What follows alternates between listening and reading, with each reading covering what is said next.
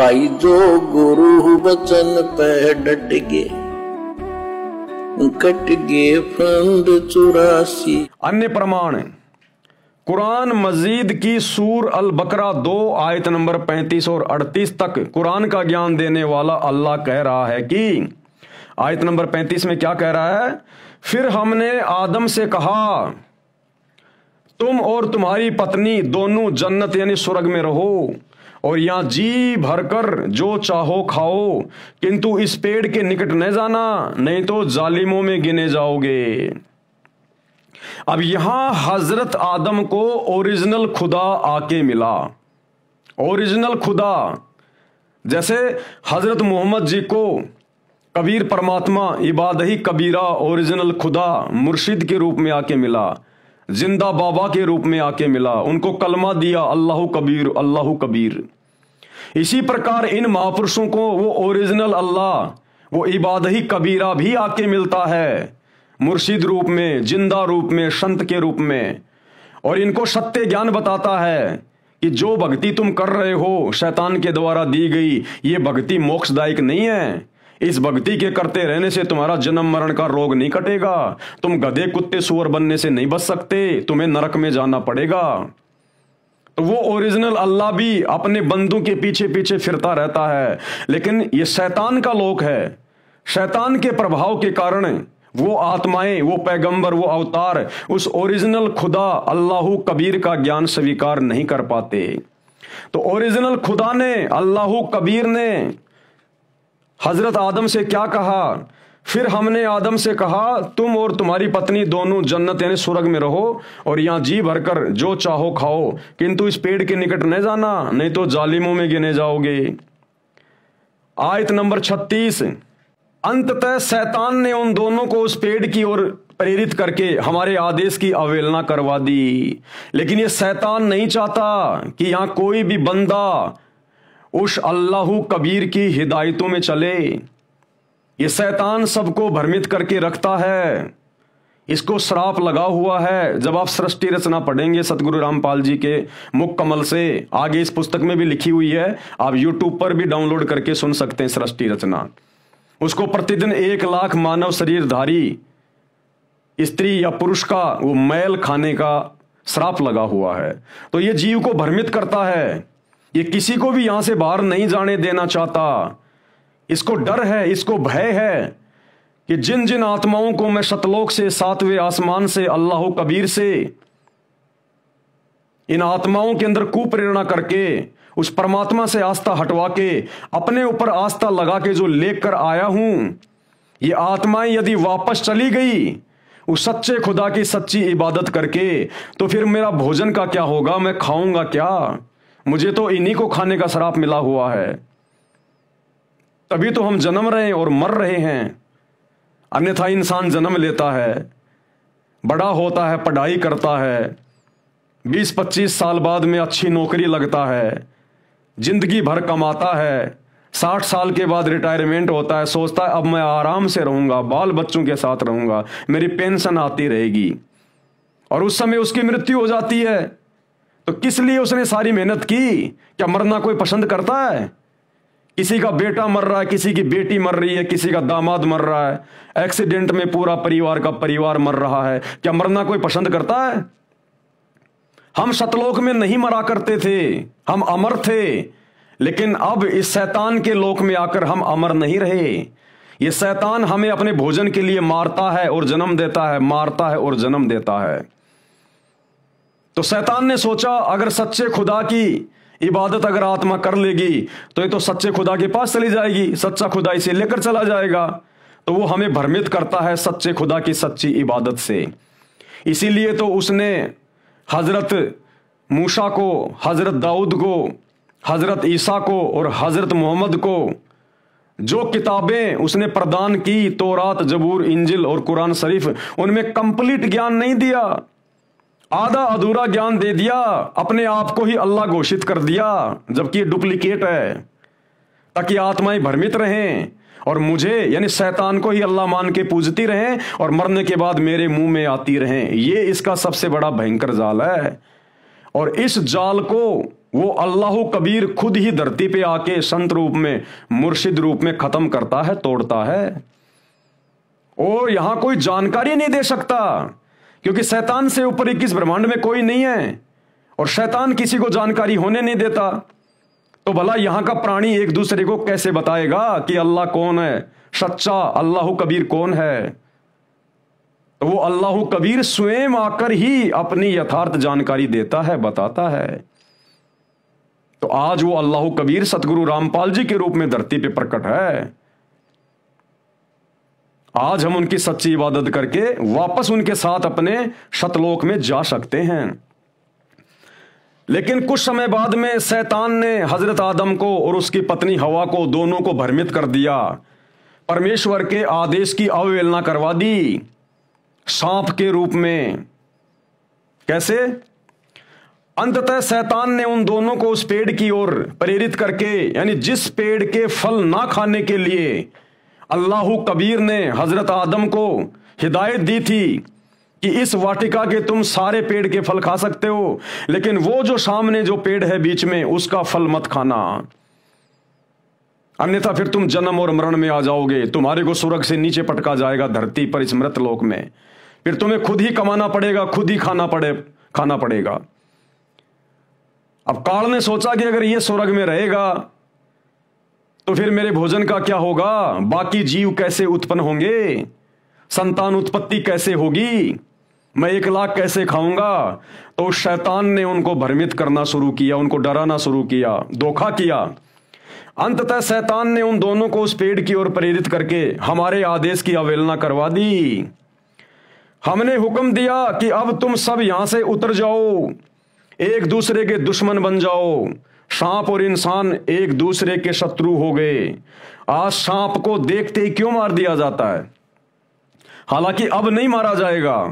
सतगुरु रामपाल जी की सच्चे खुदा की शरण में आने के बाद हम तो चींटी भी नहीं मार सकते, चींटी भी, क्योंकि वो हमें नुकसान पहुंचा नहीं सकती। ना हमें हाथी नुकसान पहुंचा सकता, ना सर्प पहुंचा सकता, ना चींटी, क्योंकि हम उन सबको बनाने वाले सच्चे इबादही कबीरा सतगुरु रामपाल जी की शरण में है, सच्ची भक्ति कर रहे हैं। तो उनके द्वारा बनाई गई कोई भी चीज हमारे को नुकसान नहीं पहुंचा सकती। तो हम सतगुरु रामपाल जी के फॉलोवर कभी जीव हत्या नहीं करते। हमें कोई वस्तु यहां नुकसान नहीं पहुंचा सकती जब तक हम उनकी मर्यादा में हैं, उनकी सच्ची इबादत कर रहे हैं। बाकी आम समाज में सांप और इंसान की कितनी शत्रुता है। सांप यदि 100 मीटर दूर भी दिखाई दे जाए, इंसान दौड़ के उसको मारने का प्रयास करता है। ऐसी दुश्मनी क्यों? ये वहां से पैदा हुई है क्योंकि परमेश्वर ने आदेश दिया, अल्लाह कबीर ने आदेश दिया कि तुमने मेरे आदेश की अवहेलना की है, अब जाओ और एक दूसरे के शत्रु बन जाओ। हमने हुक्म दिया कि अब तुम सब यहां से उतर जाओ, एक दूसरे के दुश्मन बन जाओ। सांप और इंसान एक दूसरे के शत्रु हो गए और तुम्हें एक समय तक धरती पर ठहरना है, वही गुजर बसर करना है। यानी एक ही जेल में तुम सबको साथ साथ रहना है, सर्प को भी, अन्य जीव जंतुओं को भी और इंसान को भी। ये पृथ्वी एक पिंजरा है, इस पिंजरे में शैतान ने हम सबको कैद कर रखा है। अब बताइए, फिर भी हम यहां पर चादर तान के सो रहे हैं। अरे आपका 8x10 का एक कमरा है और उसमें कोई सांप को भी छोड़ दे, कोई बिच्छू को भी छोड़ दे खुला, और आपको कहे कि अब आप आराम से सोइएगा, हमने एसी लगा दी है। भले 4 एसी लगा दो, आपको नींद नहीं आएगी। पल पल आपको चिंता सताएगी, डर सताएगा, मौत का भय सताएगा। तो ये 21 ब्रह्मांड, इस शैतान ने हम सबको यहां पर रोक के रखा हुआ है। 84 लाख प्रकार के हिंसक जीव जंतु भी इसी धरती पर और हम इंसान भी इसी धरती पर। हमने खुद ही अपने बचाव के लिए मकान बना लिए, हथियार बना लिए। इस शैतान ने तो हमारे को एक बाड़े में पैक कर दिया था और फिर भी हम यहां पर इत्मीनान से सो रहे हैं। सबको पता है कि हम शैतान के लोक में हैं, हम पृथ्वी पर, इसको मृत लोक कहते हैं। यहां कोई जीव सुखी नहीं है, जन्म और मृत्यु यहां का अटल नियम है। उसके बावजूद भी हम लोग खुदा की इबादत नहीं करते, सच्चे खुदा के पास जाने की नहीं सोच रहे। उसके बाद भी हम खुदा को निराकार निराकार कह के ठुकरा रहे हैं, उसकी बंदगी को ठुकरा रहे हैं। अगर खुदा निराकार है, वो इंसान रूप में नहीं आएगा तो हमें ज्ञान कौन समझाएगा? हमें कौन जानकारी देगा उस खुदा के विषय में? ये शैतान तो देने वाला नहीं है। तो वो खुदा, ओरिजिनल खुदा अल्लाह कबीर, वो स्वयं ही इंसान बन के आता है, मुर्शिद बन के आता है, संत या सतगुरु बन के आता है, जिंदा बन के आता है, और हम इंसानों जैसा बन के आता है, क्योंकि हम इंसानों को ही ज्ञान समझाया जा सकता है। जानवर ज्ञान नहीं समझते, जानवर भक्ति नहीं कर सकते। आप किसी भैंस को, गाय को बैठाओ और बोलो अल्लाह अल्लाह, बोलो भगवान भगवान, राम राम, वो नहीं जानती कौन अल्लाह है, कौन राम है, क्या भगवान है।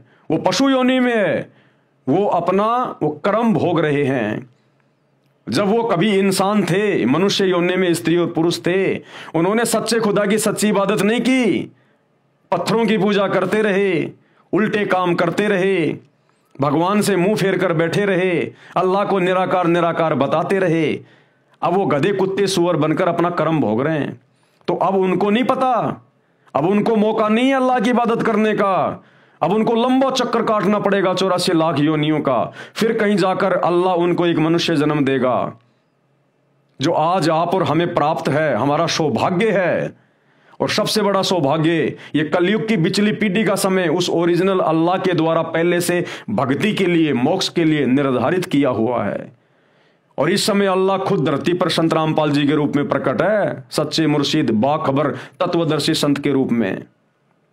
केवल उनको पहचानने की आवश्यकता है, मोक्ष दूर नहीं है। तो भाई और बहनों, जब हमें पता है कि हम ऐसे गंदे लोक में रह रहे हैं, शैतान का लोक है, काल का लोक है, ये डुप्लीकेट अल्लाह बन के बैठा हुआ है, अपने स्वार्थ के लिए, अपने भोजन के लिए हमारे को जन्म दे रहा है, हमारे को मरवा रहा है।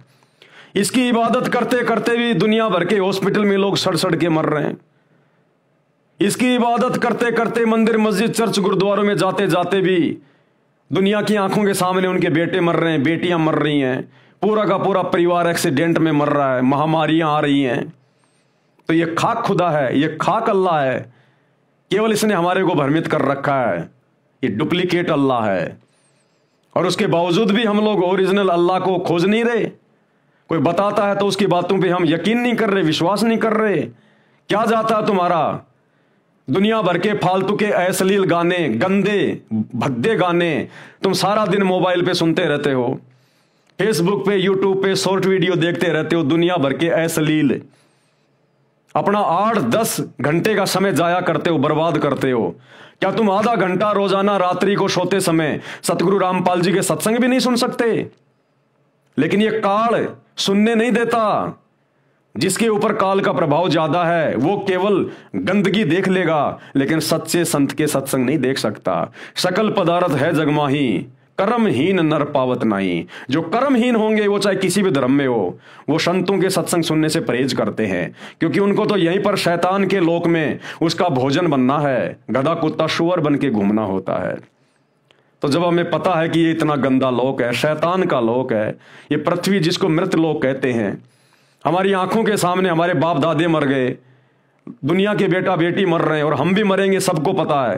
रोज मर रहे हैं हॉस्पिटल में, एक्सीडेंट में, रोजाना टीवी में देखते हैं, अखबारों में आते हैं, लोगों के जनाजे उठते हैं।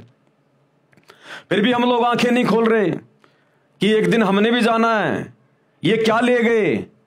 पूरा परिवार यहीं छोड़ गए, बेटा बेटी, धन, कारोबार, संपत्ति सब यहीं छोड़ गए। ये मुल्ला मौलवियों की दुर्घटनाओं में मौत हो रही है, दुर्गति से मौत हो रही है, अकाल मौत हो रही है। इन पंडितों की, आचार्यों की, शंकराचार्यों की दुर्गति से मौत हो रही है। अरे ये तो धर्म के ठेकेदार थे, इनकी ऐसी दुर्गति से मौत क्यों हुई? ये तो हम आम लोगों से ज्यादा, आम हिंदू, मुस्लिम, सिख, ईसाइयों से ज्यादा बंदगी करते थे, भक्ति करते थे, अल्लाह का बहुत ज्यादा ध्यान रखते थे। जब इनकी ऐसी दुर्गतियों से मौत हो रही है, तो आम हिंदू, मुस्लिम, सिख, ईसाई, इनके साथ क्या होगा? सोचने की बात है। इसलिए हमने विचार करना चाहिए, सतगुरु रामपाल जी के सत्संग सुनने शुरू करने चाहिए। एक बार यदि ये शरीर हाथ से निकल गया सीधा गधे कुत्ते सुअर की योनि में, फिर ना तुम्हें कोई समझाएगा और ना तुम समझने के लायक रहोगे। तो शैतान ने फिर भ्रमित कर दिया आदम को और हवा को। हमने हुक्म दिया कि अब तुम यहां से उतर जाओ, एक दूसरे के दुश्मन बन जाओ। सांप और इंसान एक दूसरे के शत्रु हो गए, और तुम्हें एक समय तक धरती पर ठहरना है, वहीं गुजर बसर करना है। आयत नंबर 37।